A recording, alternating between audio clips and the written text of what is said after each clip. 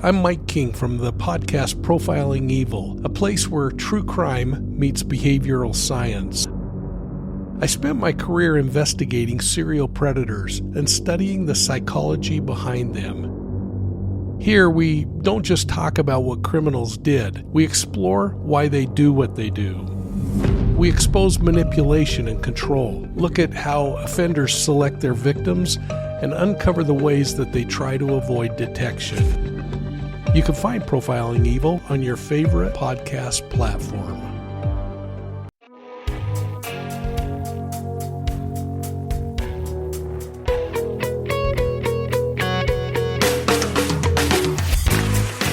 Hello and welcome to another episode of Staying Power, a show that is all about building a better life. So if you're interested in building a better life, you're in the right place. And we're going to take the next hour and talk about one piece of building a better life. And we hope that it resonates with you.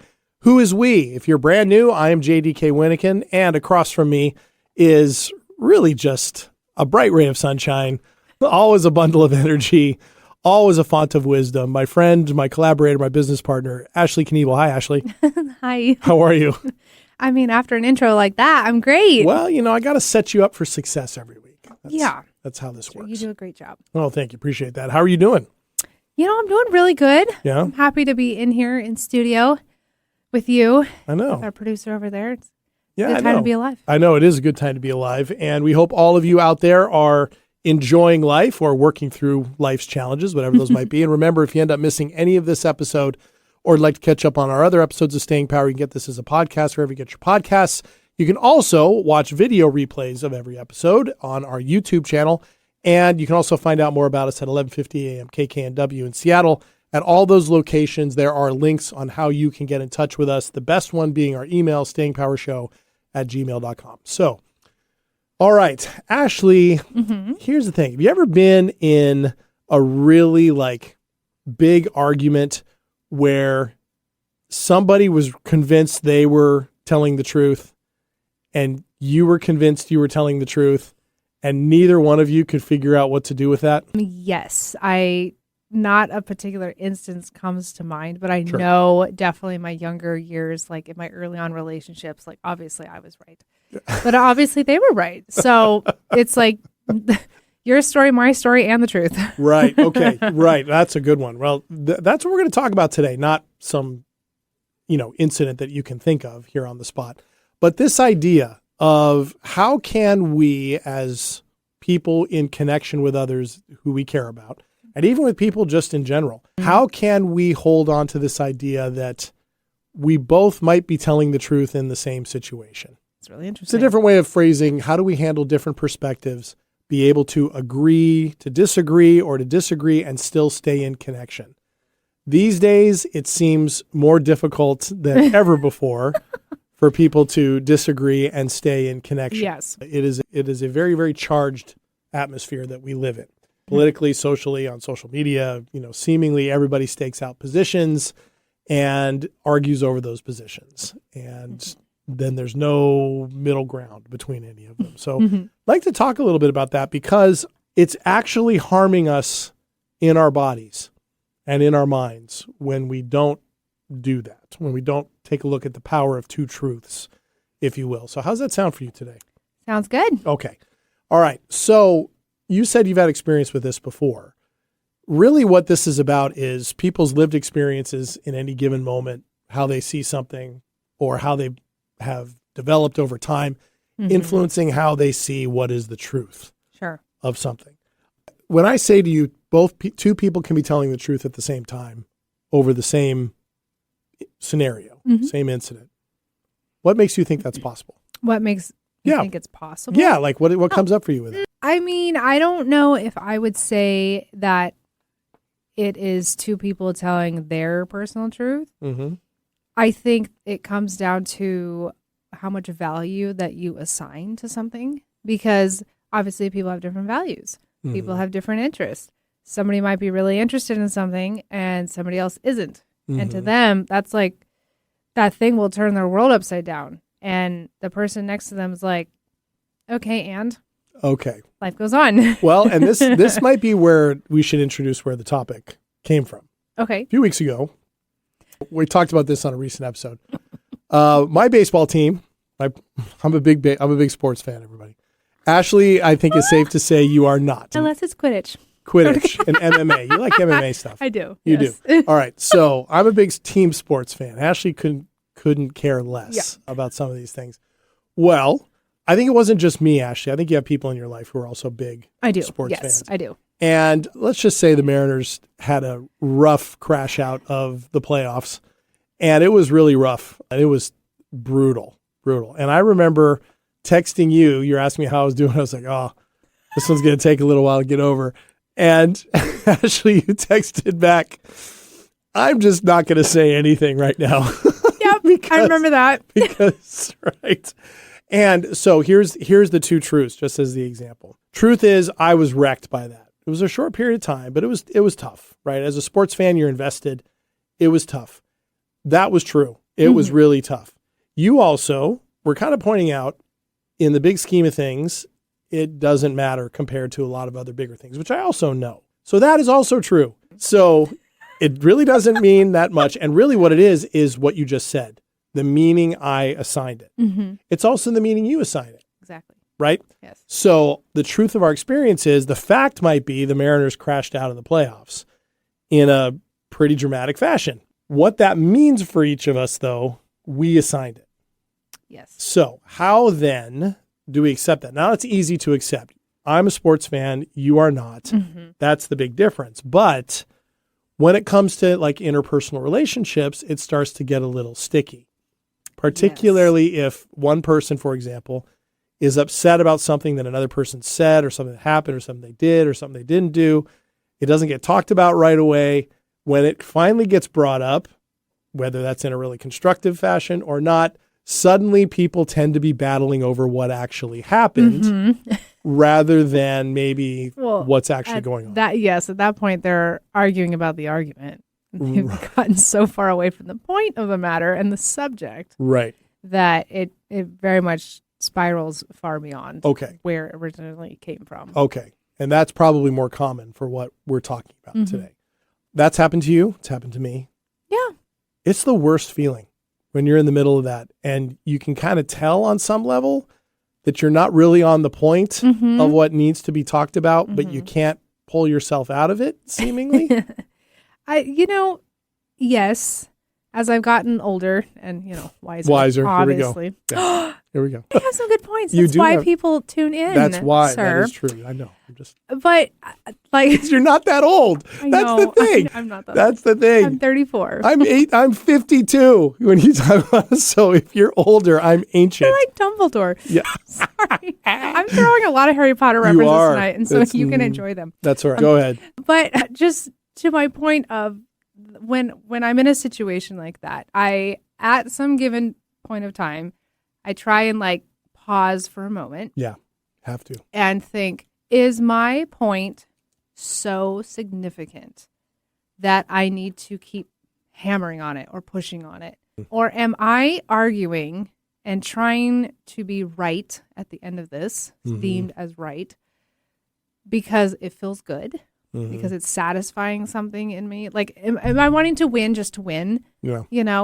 And there are moments I've had where I'm like, oh, yeah, that's exactly what that was. And so I'm like, you know what? At that point, I'm like, actually, we don't need to argue about this anymore. I realize my point's not really that valid, and I'm okay if we just conclude this discussion and we go with what you say. I have done that before, actually. Well, I think what happens in situations like that, is this notion of winning the argument gives us the validation that we think that we want, that somebody's going to see that we have a valid point, when really what's underlying is the issue. We want to be heard, right? But when you're in an argument like that, where two truths are colliding head on and one is trying to win out over the other, winning can feel like validation. Sure. But then it still falls flat, because how does that feel when? Yeah, because I'm like, great, you won, you're validated, and this other person, if it's like a partner or a friend or family, is somebody you care about, and now they feel not so great. You made them feel small and not so great. And they're not talking about that now. Yes. Right. And that gets stowed away in the memory box.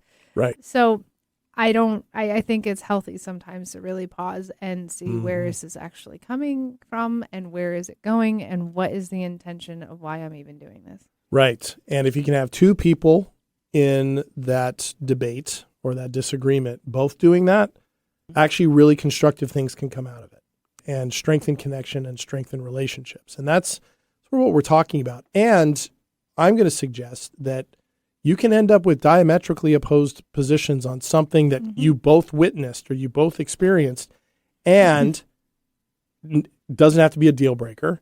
And you can actually build a closer relationship, closer connection out of that. The interesting thing about this is, you know me in the science. I always like to hit the science of these things. Here we go. Right? Here we go. Right. Your turn. Yeah, my turn. This is actually a normal thing. Our brain does not like disagreement. It does not. Because the brain prefers consistency, right? What ends up happening is opposite views, particularly if they're aggressively held to or they trigger emotional responses, activates the anterior cingulate cortex. Okay, it's part of the brain that's associated with threat detection, right?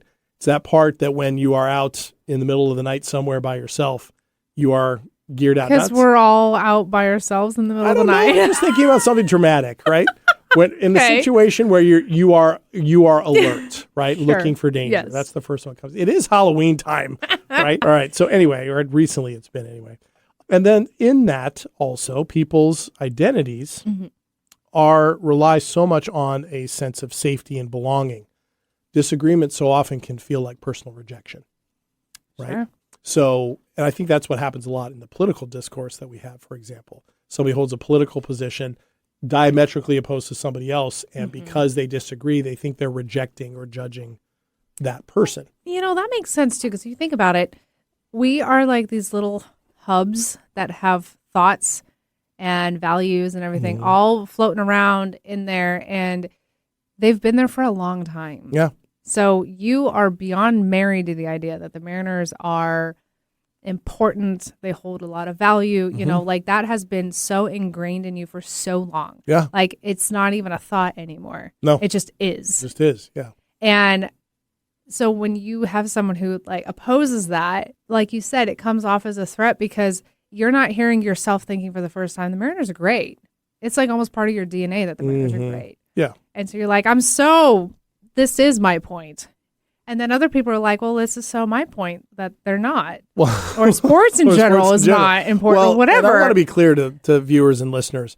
Ashley didn't attack me for being a Mariners fan. No, we should talk about what we did with that. Okay. Actually, go ahead. If you're fine with that. I am. Go ahead. Because, like he said, we had two different viewpoints on this. Yeah. Sports and Mariners are very important to him. I'm like, I'm not a bandwagoner, but I was supporting. It got exciting, right? And I know it's impactful for the Seattle area, so it would have been really cool to see them go civic as pride so and all that. Yeah, totally. Like that was really cool and whatnot, and supporting my friends that were big fans. But then when they lost, and I saw the people around me kind of feel the burden and the weight of that loss, and then I felt yours a little bit more because you were vocal about how you felt about it. Eventually, I was like, okay, what do I do with this? Because I don't have any comforting words to tell him because there is nothing coming from me in that realm because I don't care about this. Right. So I'm like, I'm just going to, it's not important. I'm not going to belittle it or anything because what he's experiencing is real to him. And I'm just going to let him kind of figure it out and work through those emotions. And I'll be here when he's on the other side of that, but I will not hold his hand through that type of idea. Yeah. And that's kind of what we did is like, I think I got a little quiet and I was like, I'm just going to keep my opinions to myself here. And you said that. You'll be okay. Yes, in actual text, I was like, I'm just not going to say anything to you right now. I'm going to keep my mouth shut. And let's tell the story. It didn't take me long to bounce back. It wasn't like I went into days long mourning or anything like that. No, it was only a couple hours. Days. Yeah, no, it was a few hours. Was it? Few hours. I'm going to go back and look at our text. Okay. It was only a few hours. I felt it acutely. Okay. Right. Which is a real accomplishment for me, honestly, because that sucked. That was not fun at all. But yeah, no, it was, you wisely handled it. Right. And there was a recognition of that. Yes. And that was actually kind of what we're talking about. A recognition that somebody else's truth is true for them in that moment. low stakes, right? In the big scheme of things, a difference in opinion over team sports means nothing, right? And I'm aware of that too. But the identity attachment is what you're talking about is important.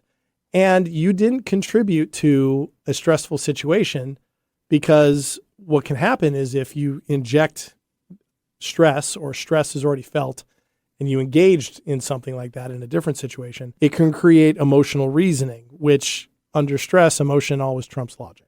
Right. Always does. And so feelings of feeling threatened, not listened to, not validated, or attacked will end up trumping the logic of a situation and makes it harder to talk about, right? And in the end, last point I want to make before we take our first break is so often what we're talking about when we talk about our truths, and I can kind of get tired of hearing that sometimes, that term, speaking my truth, here's my truth. I get what people mean. But what we often label as our truth is really our sensory, emotional, and experiential truth of our experience. It's not a universal one, right? In the big scheme of things, philosophers would say, yes, in a given situation, there is a universal truth of something either did happen or something didn't happen. But people experience those things differently, and you're not always going to know what the absolute truth of something is. And history is full of examples, and our lives are full of examples of people experiencing the same things really differently, right? Which is why, like, when there's car accidents, police interview tons of people and they get different stories of what happened. It happens all the time. So what we're going to be talking about more is how do we navigate this space in light of the fact that at least initially, our brains and our bodies can work against us when we're in that kind of conflict, right? So how's that sound to you? Sounds great. All right. Sounds good. All right. Then let's take our first break here on Staying Power. When we come back, we'll also do our weekly segment, which I think this week is 2 Minutes of Terror. It is a terror. Right? Yes. It is a terror. So we'll talk about that at the other end of the break. Stick around here on Staying Power. See you in a minute.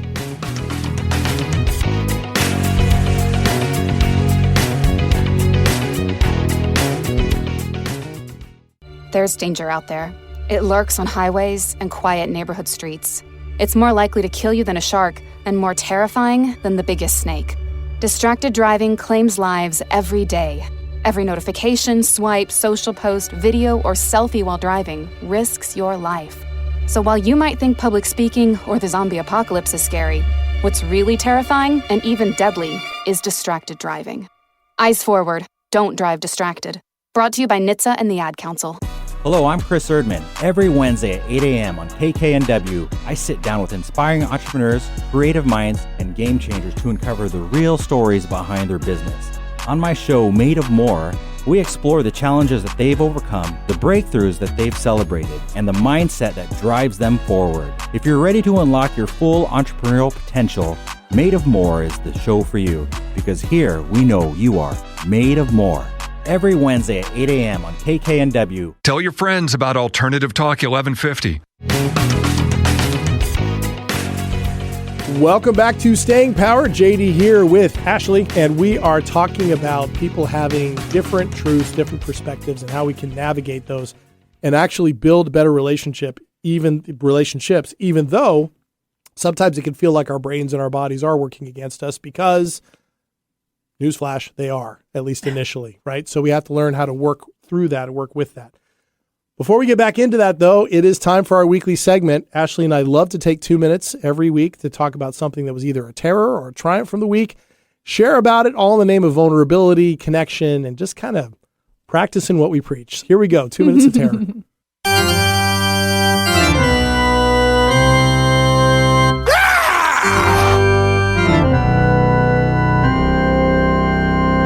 No, I didn't do anything for the screen. I always like to do something. Yeah. All right. Ashley, what do you got? All right. So, it is spooky Halloween season. It has been for a bit. And I did many, many great, awesome things in the month of October. You love Halloween. I know. I love embracing it. Yeah, so I know. fun. You do. It's pretty fun. Thank you. Yeah. I'm really enjoying this experience. So I decided on a given day that going to the Georgetown morgue was going to be a good idea. Explain what the Georgetown morgue is. Well, it is a morgue in the Seattle area. However, there is, in around Halloween time, it becomes like an event. It's like a scary house that you walk through. It's a lot of jump scare stuff. So I decided to wrangle up some people, and we're all going. And it's like one half of me decided, yes, we're doing this without checking in with the other half of me and being like, are you okay with this? Because I'm in line and we're about to go in and I get all like the jitters, like, this is actually happening. And then it dawns on me like, oh yeah, you're actually going to be scared for like 20 solid minutes walking through this. Hope you're okay because it's your turn to go. You didn't think about that beforehand. Nope, I didn't. Like going on a scary roller coaster. You haven't quite thought kind of through. like that. Yeah. And then all of a sudden you're strapped in. You're like, what did I just do? So it was good. I had my hood up for most of it, so I honestly didn't see half of it. The stuff I did see, it was awesome. Honestly, would highly recommend. But there was one part, and I actually froze. Whoa. Like I actually It hit your central nervous system? Yes. Whoa. I absolutely paused and I was like, I am not walking past. Nope. We're not doing this. Eventually I had to because I had to, because you had to go through it. I had to go through it. But and you made it. I made it. It was wow. very scary. Yeah. Wow. There was somebody, they had a chainsaw, and obviously there's not like an actual chain on it. Right. But they're all masked up and spooky, and they're like running after you with the chainsaw, and I like absolutely panicked. See, this is the type of thing. You know how Mariners and non-sports, this is haunted house for you, don't care at all for me. Like, I don't see the point of them at all. World is scary enough. My life is scary enough. My brain is like a bag of cats. Why would I want to scare myself to death? That's a valid point. I thought about that halfway through it. I'm like, why did I do that? I know. That's so funny. All right. So you made it. That was my terror. It was actually very terrifying. Yeah, it's literally terrifying. It was a literal terror. My terror has been, not so much a terror as an aggravation. I have been, you probably hear it in my voice, I've been battling an illness for like 3 weeks. I cannot shake it. No matter what I'm doing. I'm doing all the things I normally do. I'm getting rest. I'm eating well. I'm taking medicine. I'm doing all those things, and it's just not going away. Now, I'm not unique in this. There certainly seems to be something going around up here in the Northwest that is kind of keeping people sick for 2 or 3 weeks at a time. But man, I don't like not being at my best health-wise. And I can get into recrimination of like, oh, what did I do to put myself in a situation where, well, it's just life, right? It's just how it is. True. And there might be a future topic in this for us to do on being sick and how to handle it. But that's been my terror because it's just, it grinds me down. And it's one of those colds that doesn't feel overwhelming at any point. It just feels consistent, just grinding, waking up every single day feeling like 70% as opposed to 100. Can't stand it. So anyway, so I'm still in the middle of it. Can you hear it? That's rough. Yeah, there's a little rasp. A little bit? Going on there. A little bit? Yeah, okay. Well, I'm doing the best I can. But so far I haven't coughed, which is good. Okay. All right. So. Well. Okay. Now, as soon as I said that, I feel like I need to cough. Okay. So, all right, let's get back to this. So let's talk a little bit about this tension, right? Of, being right and belonging. There's a lot of, you and I make fun of bumper sticker philosophy a lot of times, right? Simple things, which we could also call meme philosophy, right? Really simplistic ways of doing things, almost like the sugar candy as opposed to the healthy meal of reasoning and advice and things like that. One that you hear a lot is, would you rather be right or would you rather be at peace, with yourself, with people? I like that one a lot. I like that one too. Right. In some certain cases, I do think it can be important to be right, depending on what we're talking about, right? If the stakes are high or, we're talking about a serious, social issue, moral issue, ethical issue, whatever. But this, really what we're talking about is the challenges that we can feel both emotionally and physically when we are in those conflicts where two truths are colliding or two perspectives are colliding. Because as we talked about before the break, the body is wired to want consistency, to want protection, to want safety, and to defend itself by dropping into fight, flight, or freeze. And that's not what we want, particularly when these are things that are happening between us and somebody who's really important to us. So I want to talk a little bit about how we can navigate some of these things. You mentioned one that you do. You kind of pause. How is that something that you cultivated recently, or is that something that you've known to do? Are there other tactics that you use to calm yourself? Because what you did is allowed yourself to take a step back, ground, drop into the parasympathetic state, if we were going to talk about it, right? Parasympathetic state and go, okay, hold on. Right? Is that something you learned recently? Is it new? Is it something you've done? I think it's safe to say that I have done it for a while without knowing what it was I was doing. Until like when we went through our coaching program and we learned a lot of that kind of stuff and practice and whatnot. That's when I was like, oh, that's what I was doing. It's great though. It is certainly something. And I have found I don't have to consciously think, okay, I should pause right now and like take a step back. I just find myself actually just doing it naturally, which is great. Yeah. To be able to have somehow trained myself to do that in light of what I'm dealing with in that moment. Mm-hmm. Another tactic, as you would call them, that I have come to realize seems to be working for me is in a moment like that, and this kind of pairs with like the pausing of like, what do I do with this? Is that question, what do I do with this? Because if I start to see like this is going to go nowhere beneficial or it's going to hit a dead end, if that instance is not going to change or they're not going to change or their opinion's not going to change, what is the one factor that I can change and influence? And it is myself. So then I am like, okay, maybe I just remove myself from the situation. Or I'm like, I actually am going to remove the value that I'm placing on this and I will figure out a different way to handle it. Or, I won't involve this person anymore. They're very strong on their views this way. Great. I'll find somebody else. Or I will find a different workaround. Gotcha. Yes. Gotcha. And it's worked depending on the situation. Of course. But there are times because it can get so exhausting when you're like, I'm working so hard to get my point across for them to see my side. There comes a point where you're like, that may not happen. And then what? Right. You go to sleep angry. You never come to a conclusion. And maybe that is the case. Could be. It will, you might always have a different perpendicular view or an opinion on something compared to the person across the table from you or whatnot. And it's not always bad. No, it's just not. You got to figure out how to live with it. Right. And I wonder for you, do you ever feel in situations like that you gave up something of yourself to do that? Like you, quote unquote, gave in before the other person did? Or do you end up framing it differently than that? I used to. It used to be like a little bit of an ego hit, right? Because that could develop resentment, right? Yes, if that happens too often. Yes. At one point I did. And then after a bit of time, I'm like, but did I really? Like, again, it kind of depends on the topic, but of course. There's not many things I think that I have ever been in such opposition with somebody else that it was life altering, where I'm like, Ashley, it's not be the bigger person. To me, I'm like, let's just be the better person. Let's just be smarter about this. And that then becomes not between me and the other person. It's between me and me. Oh, I see. I think that's good as long as you can turn it into, I'm going to do this for me and this person's an idiot, right? that would be a fine. So if you can navigate that, that's pretty good. Because I think there's a part of me that's like, okay, I'm going to step back from this. They're still freaking wrong though, and I can hold that grudge, or I try not to. But that's a good one. Because what I like about what you're doing there is you actually engage in the important shift. Because in that threat detection mode, the amygdala part of the brain, the emotional response, sympathetic response is active. What the goal is to shift back to the prefrontal cortex in the brain, which is where empathy and regulation are established, right? And for me, what I have learned is, and I learned this, and I'll tell the story a little later if we have time.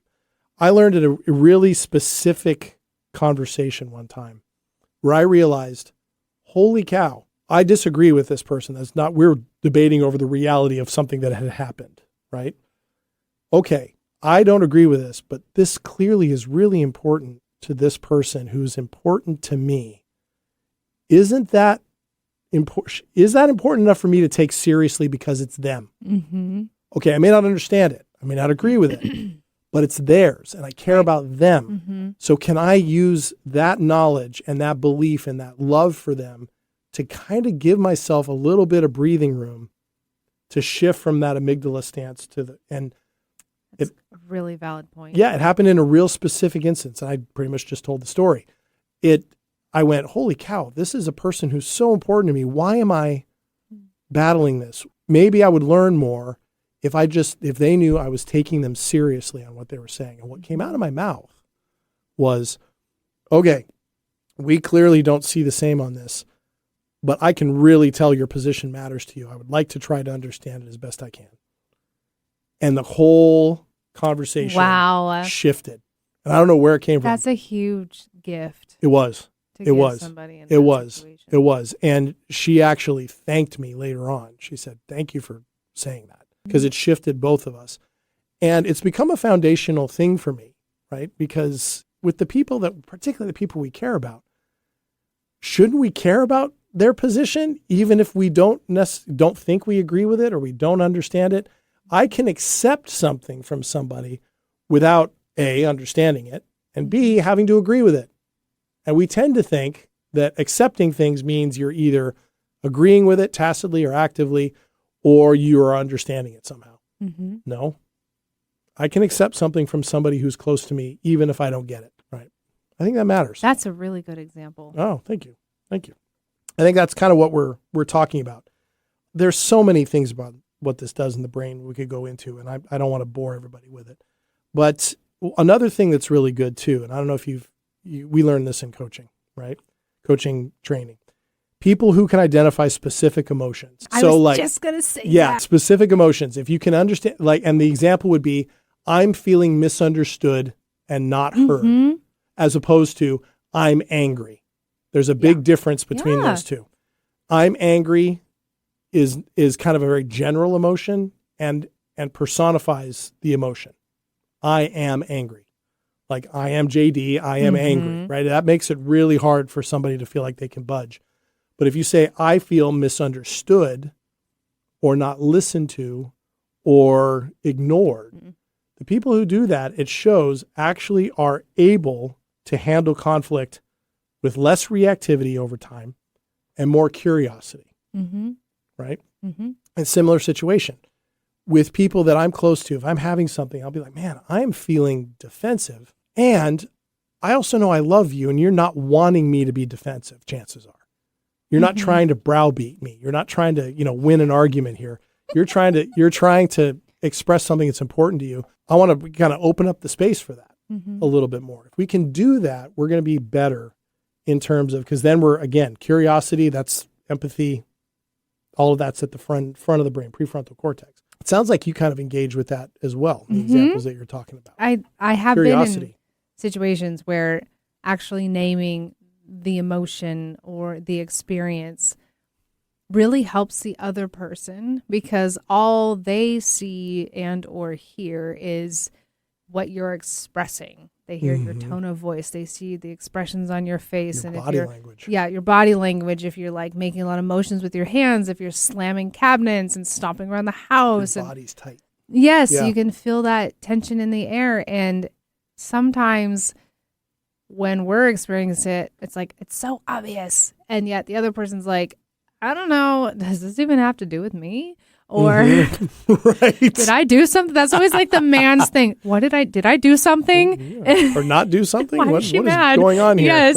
Right. Yeah. And, and to them, they may not be able to completely, properly, and accurately interpret what we're experiencing. So if you can say, like you said, not to say, I am angry, because you're not trying to identify with it, but you can say, I am feeling angry. I feel a lot of anger right now. To say those things, I have done that. Yeah. Where I'm just actively saying, like, I don't feel my best because of this and this reason. And sometimes it's humbling. Sometimes it can feel awkward. If you've never done it before, it feels very vulnerable, and like you're putting something out there and you're like, what are they going to do with it? Can I trust them that they're going to be gentle with what I put out there? Yeah, it's vulnerability. They may not. And you have to hopefully be okay with whatever they do. And of course you are. Well, and it goes back to some things we've talked about before. It's a great time to connect in that reminder that the emotions that we're feeling at a given moment are temporary, right? We've talked about a couple weeks ago, the explosion of emotion we have usually only lasts about 90 seconds. So when we get really mad, it's for about 90 seconds. When we break down in tears, it's about 90 seconds. The feelings may not go away after that.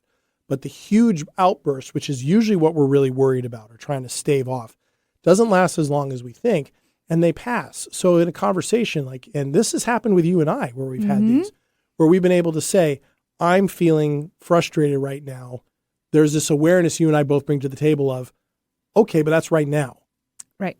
And it won't stay that way. And that's what we're here to talk about. That's what we're here to figure out. We can bring that in. Suddenly, then the conflict doesn't suddenly feel like it's life or death. And it's not going to completely cascade upward in intensity, right? And downward in productivity, right? I think that's a big one. The more curiosity we can have, the better off we're going to be on that. All right. There's more on this, but it's time for us to take another break. So when we come back on Staying Power, we are going to dig in a little bit on this and also give all of you some tips, hopefully you've got some ideas of things you can do. But we have a few other things that can help you kind of shift in those types of conversations to make them more productive. We'll be right back.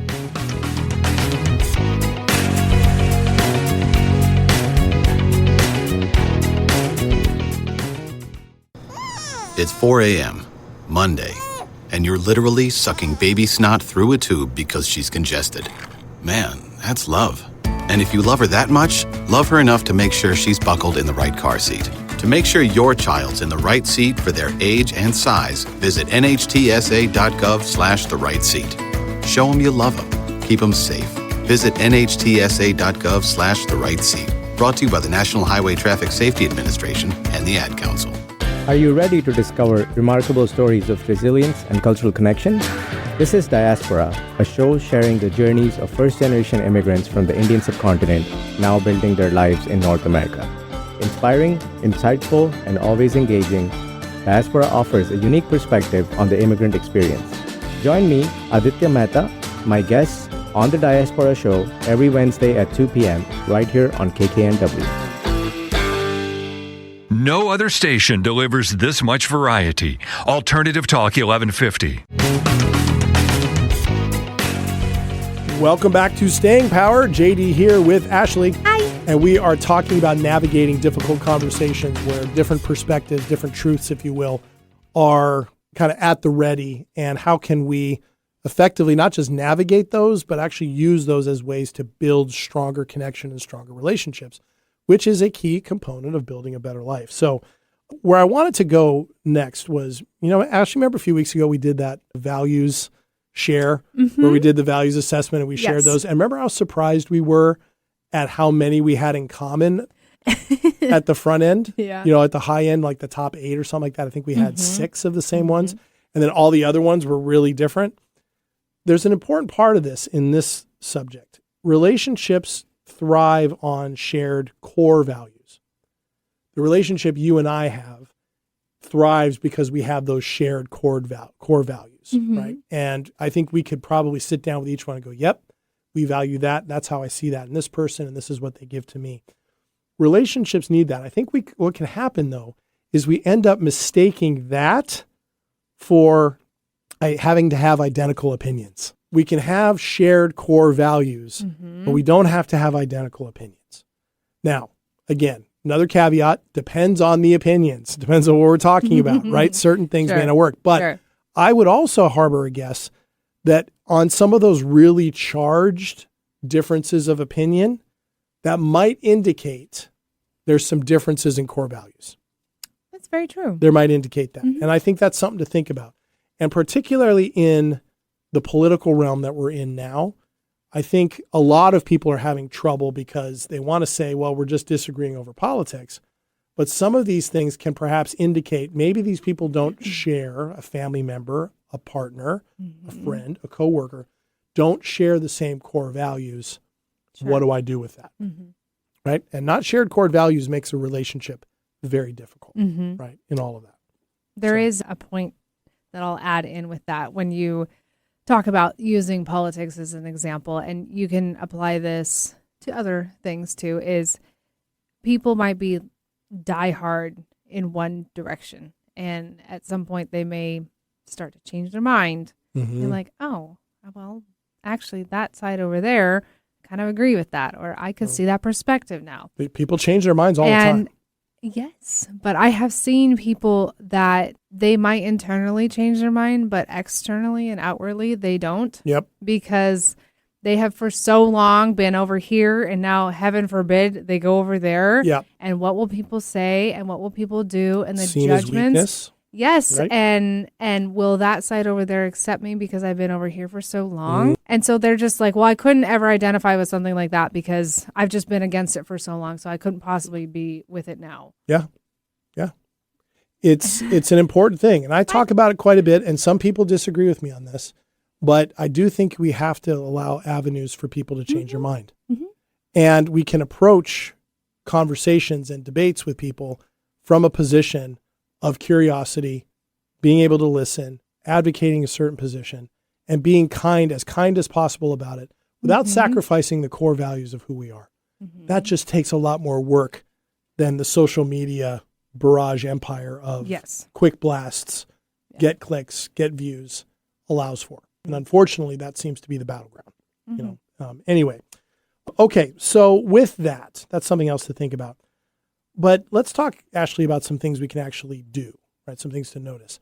Do you have like things from your body that tell you when you're in a mode where you have to decide to say, okay, I'm pausing? Do you get tense? Does your body tense up? Anything that you notice? I guess tense might be a good word. I feel like an inner burning or like an inner heat, like in my chest In your cavity. chest? Yes. Okay. And Okay. I feel my heart rate pick up, Mm-hmm. and I feel like all this energy all of a sudden is just brewing, and I need to disperse it and let it out somewhere somehow. Okay. I am a little hothead. So Yeah, you have that a side little of you. spicy. However, a little spicy. But here's the thing. That is a telltale sign. If the body tenses, I tense up.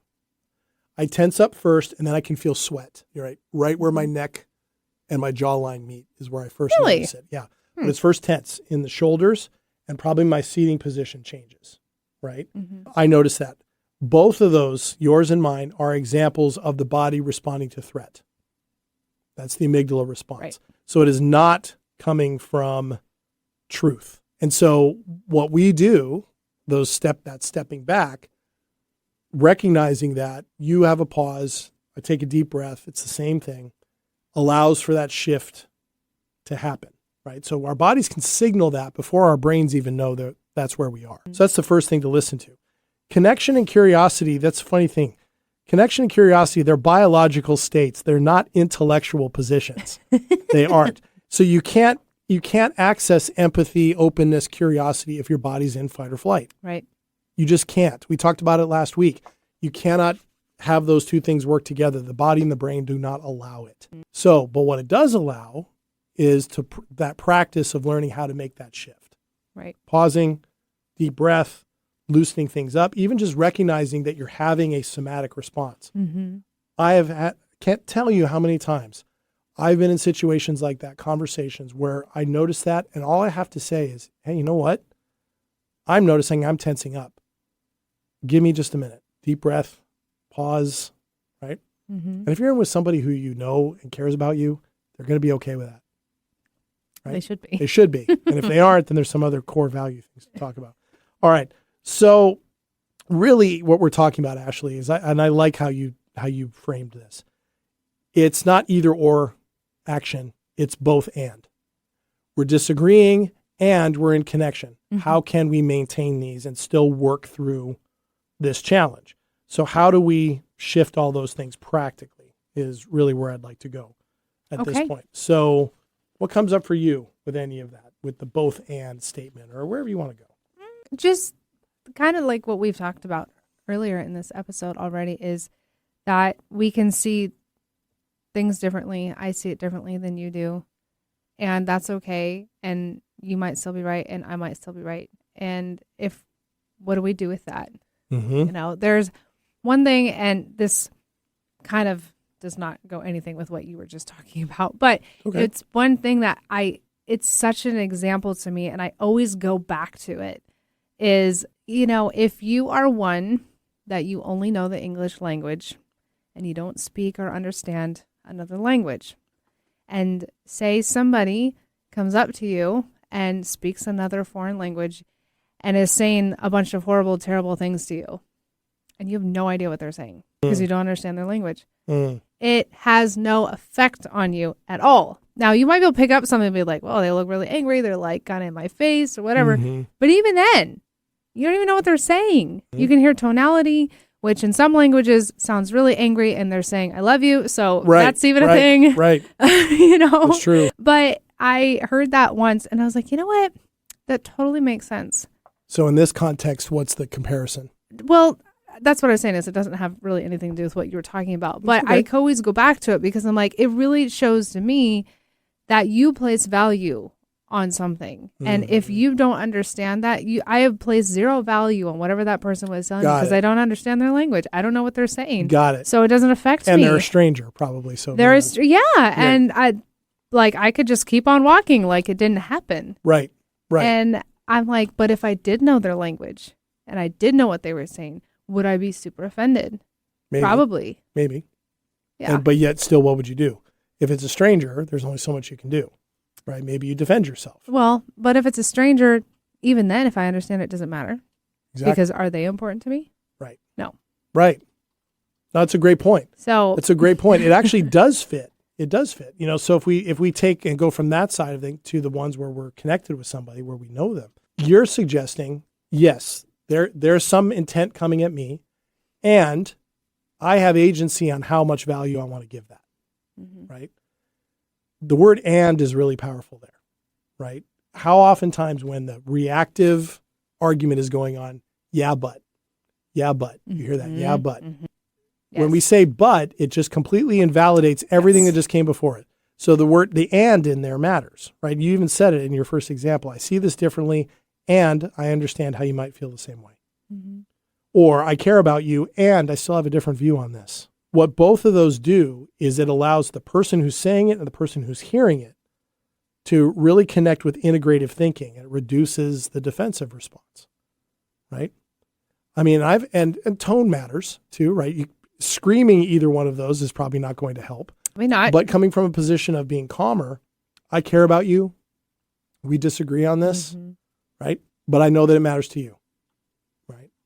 That just allows for more curiosity to open things up. The other thing that you do, which I think is so cool, when you said pause, you kind of buried the lead a little bit at the front end of the show. Yeah, without knowing it, is you do something so...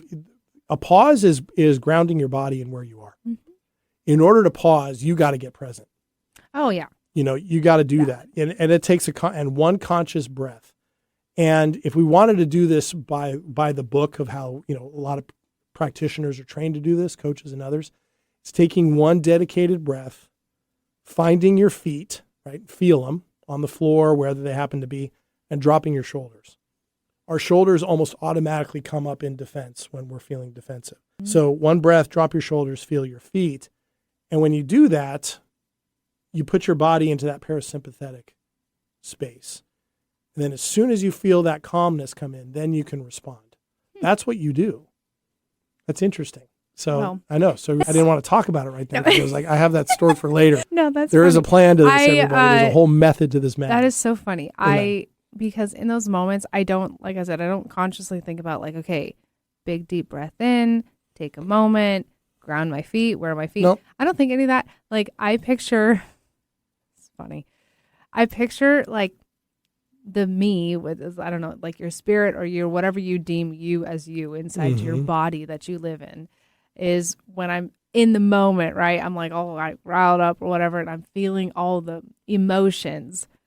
When I go for that moment of a breather to step away from that, I feel like me goes and crawls into my little logical side of the brain and starts like looking around. I'm like, okay, why are we here? What is important? What are we going to do with this? In the grander scheme of things, does this really matter? Will this matter in a week?